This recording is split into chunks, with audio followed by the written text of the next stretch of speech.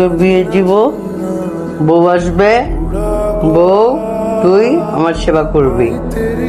আমি তোমার ছেলে, আমি তোমার সেবা করতেছি, একটু কি হ্যাপি থাকো। কোনো মেয়ে বিয়ে করে এখানে নিয়ে এসে ওকে নার্সের কাজ করবে নাকি? আজকালকার যুগের মেয়েদেরকে তুমি চিনো?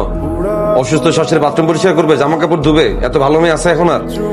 কোনো বাপ মা যদি দেখে যে শাশুড়ি অসুস্থ, ওই বাপ মা ওই ছেলের কাছে মেরে জীবনে বিয়ে দিবে না। কি বিয়ে? আম্মা আজারের কথা বলে না তো, ভাত খাওয়াইতেছি, ভাত খাও। মাথা ব্যথা করতেছে আম্মা, সারাদিন অনেক প্যারা নিয়ে অফিসে থাকি। বাসা আসার পর তোমার জামা কাপড় ধো, বিছানা পরিষ্কার করো, ওষুধ খাওয়া, ঘুম পাড়াও, সকালবেলা উঠে আবার অফিসে যাও। একই লাইফ চলতেছে আম্মা আমার। আমার অফিসে কলিগদেরকে আমি দেখি না, এক একজন বিয়ে শাদী করে হানিমুন করতে থাইল্যান্ড যাইতেছে, কেউ বিয়ে প্রিপারেশন নিতেছে, থার্ড নাইটে চিল করতেছে, কি সুন্দর লাইফ ওদের। আর আমি কি করতেছি? অফিসে গিয়ে অফিসের কাজ করো, বাসায় এসে বাসার কাজ করো, একই রকম রুটিন আমার।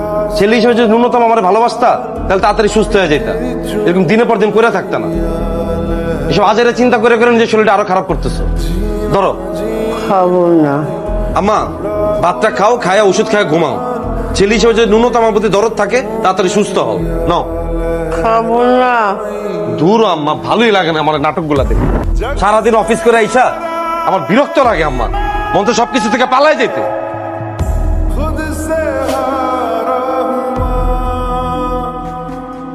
আম্মা, আম্মা, আম্মা, আম্মা, আম্মা, আম্মা,